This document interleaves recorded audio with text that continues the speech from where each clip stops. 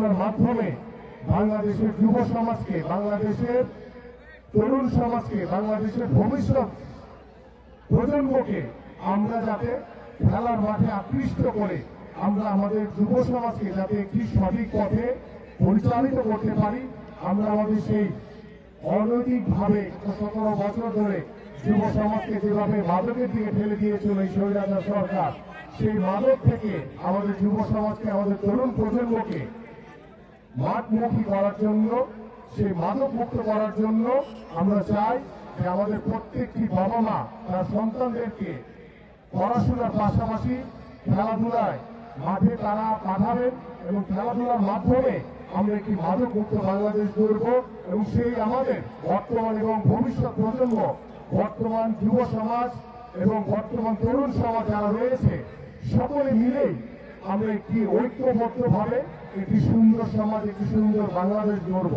এবং সেই বাংলাদেশের অন্যতম মাধ্যম হবে বাংলাদেশের ক্রীড়াঙ্গন। আপনারা জানেন যে গত 17 বছর এই স্বৈরাচার সরকার বাংলাদেশের ক্রীড়াঙ্গনকে পরিপূর্ণভাবে দলীয়করণ করে রাজনীতিকরণ কারণে বাংলাদেশের ক্রীড়াঙ্গন ধ্বংসের পথে চলে গেছে। বাংলাদেশের ক্রীড়া পরিষদ বলেন, মন্ত্রণালয় বলেন, সব জায়গাতে দলীয়করণ করে দুর্নীতি করে বাংলাদেশের ক্রীড়াঙ্গন ধ্বংসের পথে চলে গেছে। সেই ধ্বংসস্তূপ ক্রীড়াঙ্গনকে টেনে পড়ার জন্য আপনারা জানেন 5 আগস্টের পর থেকে আমরা জিয়া ক্রিকেট টুর্নামেন্ট, আরাফাত রহমান স্মৃতি ফুটবল টুর্নামেন্ট, জিয়া আন্তঃথানা ফুটবল টুর্নামেন্ট এবং পর্যায়ক্রমে আমাদের সারা বছরের একটি ক্যালেন্ডার আমরা তৈরি করছি বিএনপির ভারপ্রাপ্ত চেয়ারম্যান জনাব তারেক রহমানের নির্দেশনায়।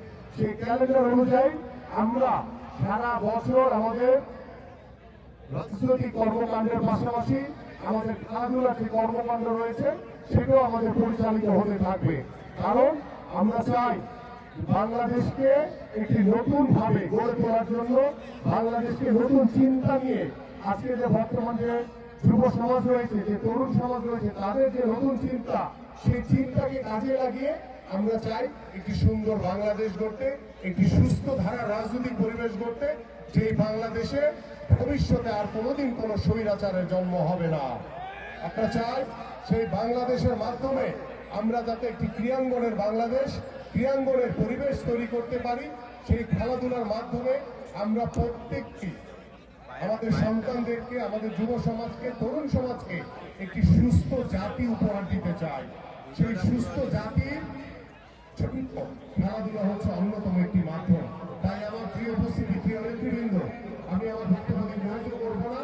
আমরা আসুন আমাদের যে পরবর্তী খেলা রয়েছে আগামীকালকে, আমার সেই ভটানি তিতুমির কলেজ অ্যান্ড বিশ্ববিদ্যালয়, সেখানে আমাদের আদাপট বনাম ক্যান্টনমেন্টের খেলা অনুষ্ঠিত হবে। আপনাদের সকলকে আমি আমন্ত্রণ জানিয়ে গেলাম যে আগামীকালকে আবারও এই জিয়া আন্তঃথানা ফুটবল টুর্নামেন্টের ভট্টিতে তিতুমির কলেজ অ্যান্ড বিশ্ববিদ্যালয়ের মাঠে আপনাদের সকলের সাথে দেখা হবে এবং আগামী 19 তারিখে যে দাওয়াত আমি দিয়েছি জিয়া ক্রিকেট টুর্নামেন্টে যে ফাইনাল হবে, সেই ফাইনালে প্রধান অতিথি হিসেবে উপস্থিত থাকবেন আমাদের মাননীয় সংগ্রামী মহাসচিব জনাব মির্জা ফখরুল ইসলাম আলমগীর।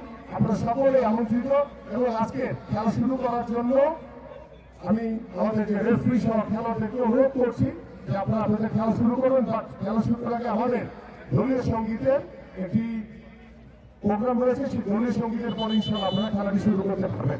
সকলকে ধন্যবাদ। বাংলাদেশ জিন্দাবাদ, বাংলাদেশ জাতীয়তাবাদী দল বিএনপি জিন্দাবাদ, দেশের নেত্রী বেগম খালেদা জিয়া জিন্দাবাদ, বিএনপির ভারপ্রাপ্ত চেয়ারম্যান জনাব তারেক রহমান জিন্দাবাদ, শহীদ রাষ্ট্রপতি জিয়াউর রহমান অমর হোক।